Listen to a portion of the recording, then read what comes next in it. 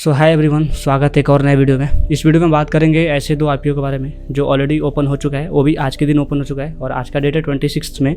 तो आज दो आईपीओ ओपन हो चुका है, तो हम एनालाइज करेंगे उसका फंडामेंटल क्या बोल रहे हैं, क्या हमें अप्लाई करना चाहिए नहीं करना चाहिए, और पिछले दो आईपीओ का क्या हुआ उसके बारे में बात करने वाले इस वीडियो में। तो वीडियो को अंत तक जरूर देखें। चैनल पर नए तो चैनल को सब्सक्राइब करें, बेल आइकन को प्रेस करें ताकि आने वाले हर एक अपडेट्स आपको मिलता रहे। तो बिना किसी के देरी के करते हैं वीडियो को स्टार्ट।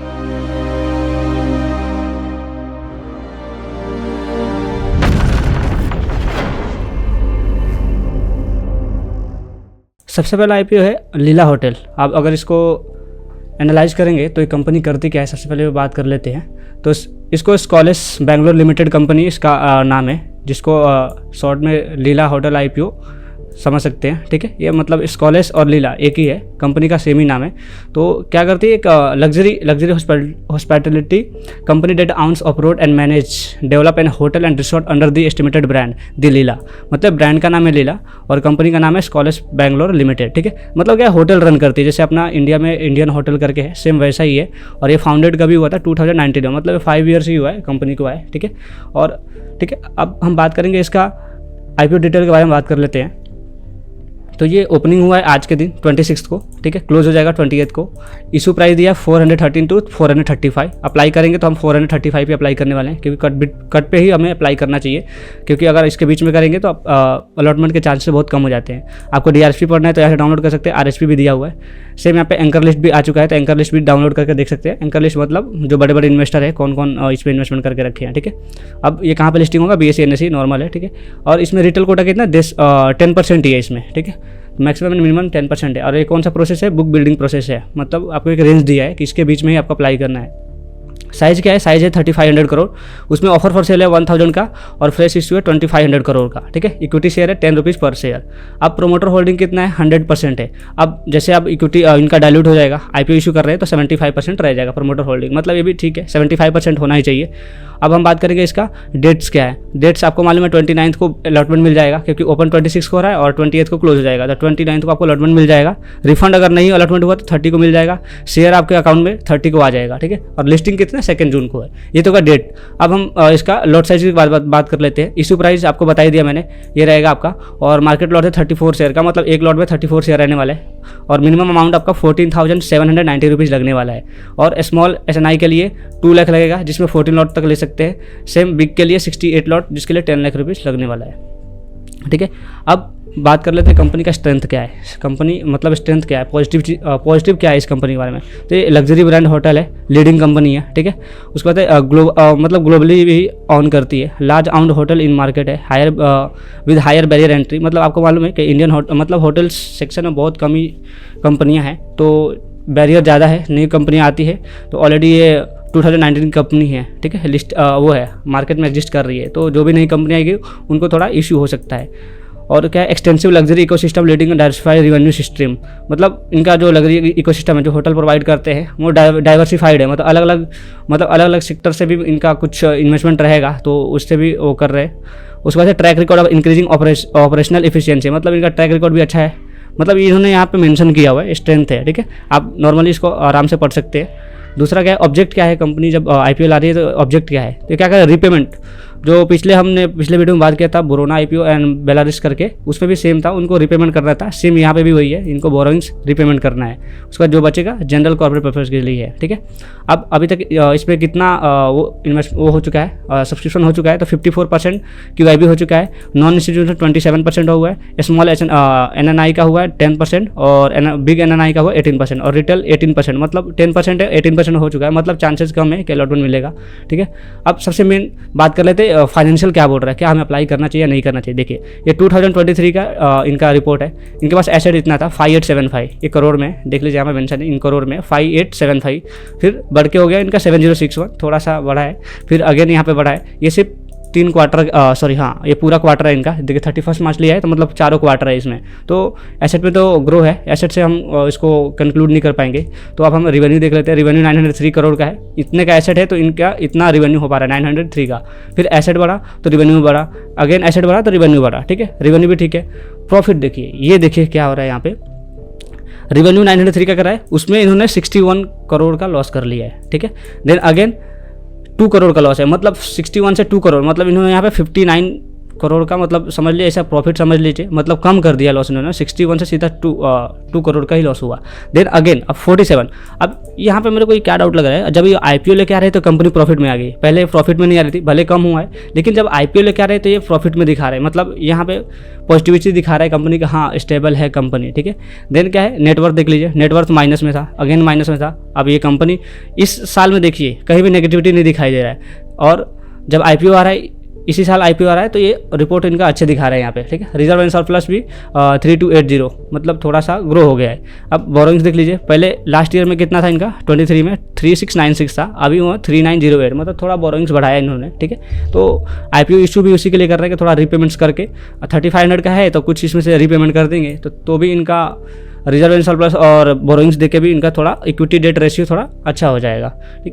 तो फाइनेंशियल देख के तो अच्छा नहीं दिख रहा है कंपनी, क्योंकि अगर देखा जाए कंपनी अभी भी चल रही है, कट टू कट चल रही है, क्योंकि यहाँ पे लॉस किया इन्होंने फर्स्ट ईयर में, सेकेंड ईयर में थोड़ा कवर किया, अब IPO लेकर आए तो अच्छा प्रॉफिट दिखा रहे हैं यहाँ पे, ठीक।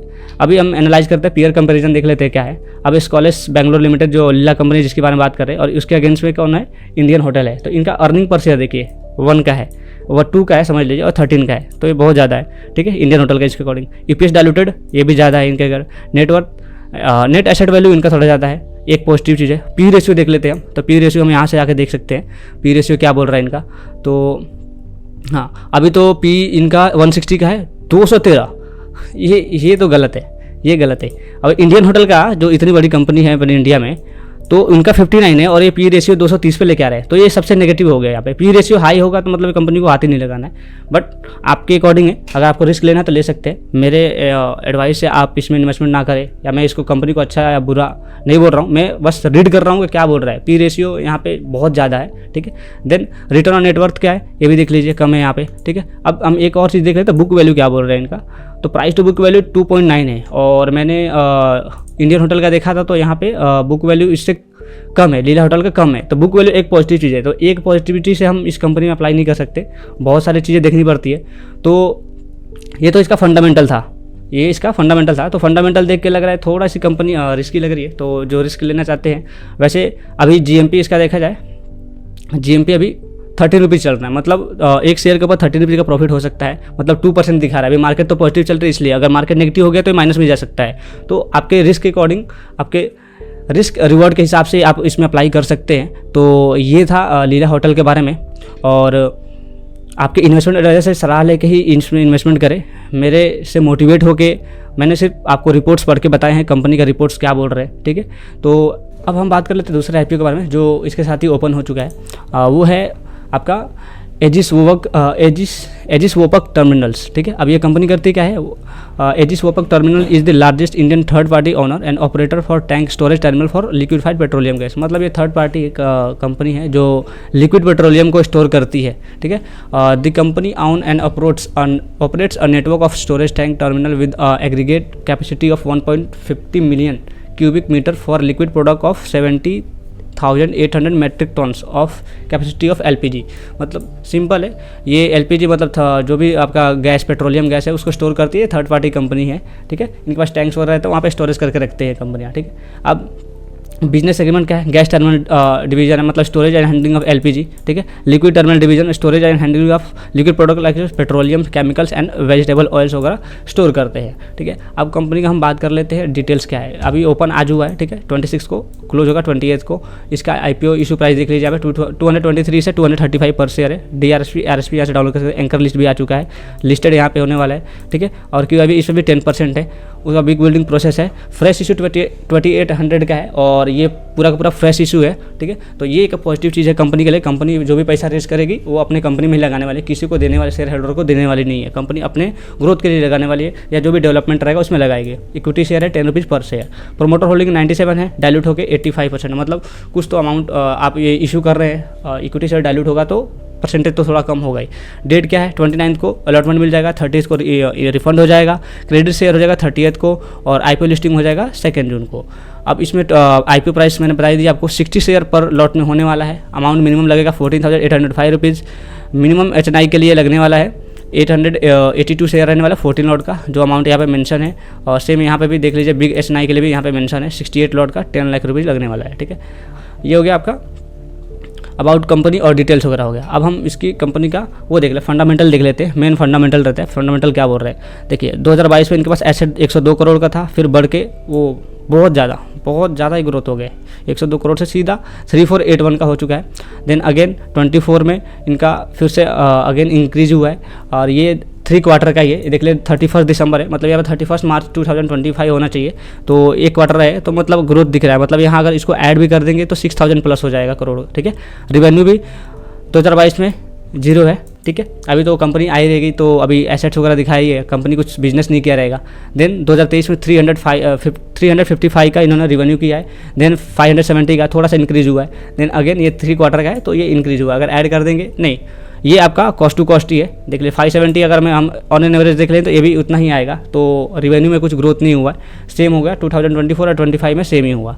अब प्रॉफिट देख लेते हैं। अब कंपनी ने कुछ बिजनेस नहीं किया है, तो कुछ इंटरेस्ट वगैरह अगर लोन वगैरह लिया रहेगा, हाँ लोन लिया है तो इंटरेस्ट वगैरह पे किया रहेगा, तो यहाँ पे लॉस में दिखा रहे हैं, क्योंकि इंटरेस्ट वगैरह पे किया रहेगा, बिजनेस किया नहीं है, रिवेन्यू यहाँ पे कुछ हुआ ही नहीं है, तो 1 करोड़ का लॉस हुआ इनको। देन अगेन थोड़ा सा कम हुआ है, और अगेन अब ये 2024 में 86 करोड़ का, जब इन्होंने 570 रिवेन्यू के है तो उस पर 8600 करोड़ का प्रॉफिट कमाया है इन्होंने, ठीक है। देन अगेन 85, तो अगर इसमें मैं 1 क्वार्टर और ऐड कर दूँ तो 110 करोड़ तक जाएगा, मतलब थोड़ा सा इंक्रीज हुआ है। देन रिजर्व एंड सरप्लस, इनके पास रिजर्व एंड सरप्लस है ही नहीं, ठीक है, ये एक नेगेटिव चीज़ हो गया। टोटल बोरोइंग्स देखिए, बोरोइंग बढ़ता ही जा रहा है, 98 करोड़ से सीधा 1700 का बहुत ज़्यादा हो गया। ये अगर इसके और इसमें अगर कंपेरिजन किया जाए तो बहुत ज़्यादा इन्होंने बोरोइंग्स ले लिया है, ठीक है। तो ये थोड़ा फंडामेंटल मेरे को सही नहीं लग रहा है कंपनी का, प्रॉफिट भी उतना कुछ खास नहीं है, और ये थर्ड पार्टी कंपनी है, और ये टैंक्स वगैरह जो भी एलपीजी वगैरह रहता है इनको स्टोर करती है, तो अगर डिमांड एंड सप्लाई का इशू रहेगा तो कंपनी का प्रॉफिट मार्जिन पे अफेक्ट हो सकता है, ठीक है। ये हो गया। हम पीयर कंपैरिजन देख ले सकते हैं, उसके अगेंस्ट में कौन है, अडानी है और जेएसडब्ल्यू है, तो बड़ी बड़ी कंपनी के ईपीएस देख लीजिए, कुछ इसके आगे है ही नहीं। जेएसडब्ल्यू का 6 है, इसका 37 है। ईपीएस देख लीजिए, ये भी कम है इनके अगेंस्ट में। नेटवर्थ भी, नेट एसेट वैल्यू भी कम है। पी रेशियो में देख लेता हूँ ज़रा, पी रेशियो क्या बोल रहा है। पी रेशियो इनका कितना है, 259 का है, और 259 मतलब बहुत ज़्यादा है। 259 पी रेशियो बहुत ही ज़्यादा है। अगर उनके कंपनी में देखा जाए तो ये देखिए इनका पी रेशियो कितना है, 49। जो बड़ी बड़ी कंपनी है उनकी पी रेशियो कम है। पी रेशियो जितना कम रहता है उतनी कंपनी अच्छी रहती है। पी रेशियो कहाँ पे लेके आ रहे हैं लोग, ठीक है। रिटर्न ऑन नेटवर्थ भी इनका कम है। तो ये देख के, तो अगर मैं और इसका देख लूँ, book price to book value 17, ये भी थोड़ा बुक वैल्यू भी हाई है। पैड मार्जिन हमने बात कर लिया 15% चल रहा है, लेकिन अभी न्यू कंपनी लॉन्च हुआ था तो अभी कुछ खास नहीं है। अभी 1 ईयर ही प्रॉफिट में निकाल पाए हैं, 2 ईयर्स ही। तो ये हो गया इनका PAT margin. Return on net worth इनका 7% का हो रहा है, और डेट इक्विटी रेशियो बहुत ज़्यादा है, आपको बताया मैंने। यहाँ पे देख लीजिए,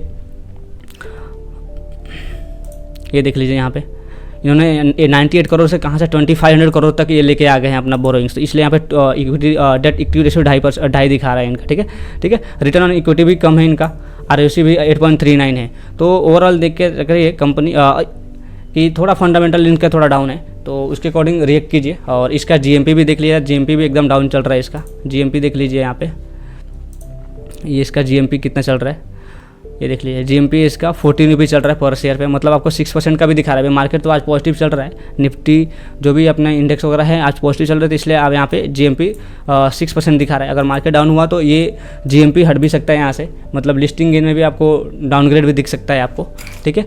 तो उसके अकॉर्डिंग रिएक्ट कीजिए आप। और ऑब्जेक्ट देख लेते हैं, कंपनी का ऑब्जेक्ट क्या है, आईपीओ इशू कर रही है। हाँ, Aegis Vopak terminals IPO objectives क्या है, तो ये रीपेमेंट करने वाले हैं कुछ portion outstanding borrowing available by the company and funding capital expenditure toward the contract acquisition of cryogenic LPG terminal at Mangalore. मतलब कुछ कोई एक कंपनी है, उनको वो करना है, एक्वायर करना है, तो उसके लिए भी उनको फंड चाहिए, कैपिटल एक्सपेंडिचर चाहिए उनको एक्सपांड करने के लिए, कॉन्ट्रैक्ट एक्विजिशन के लिए, ठीक है। और बाकी जो बचेगा जनरल कॉर्पोरेट यूज़ करना है, जनरल कॉर्पोरेट पर्पज के लिए। ये तो कुछ काम का ही नहीं है, मेन इनका रीपेमेंट करना है। और कोई मैंगलोर में उनका टर्मिनल्स है एलपीजी का, कौन सा है, क्राइजोनिक एलपीजी टर्मिनल करके है, उसको एक्वायर करने का उनको, तो उनके लिए कैपिटल एक्सपेंडिचर की रिक्वायर पड़ेगी, ठीक है।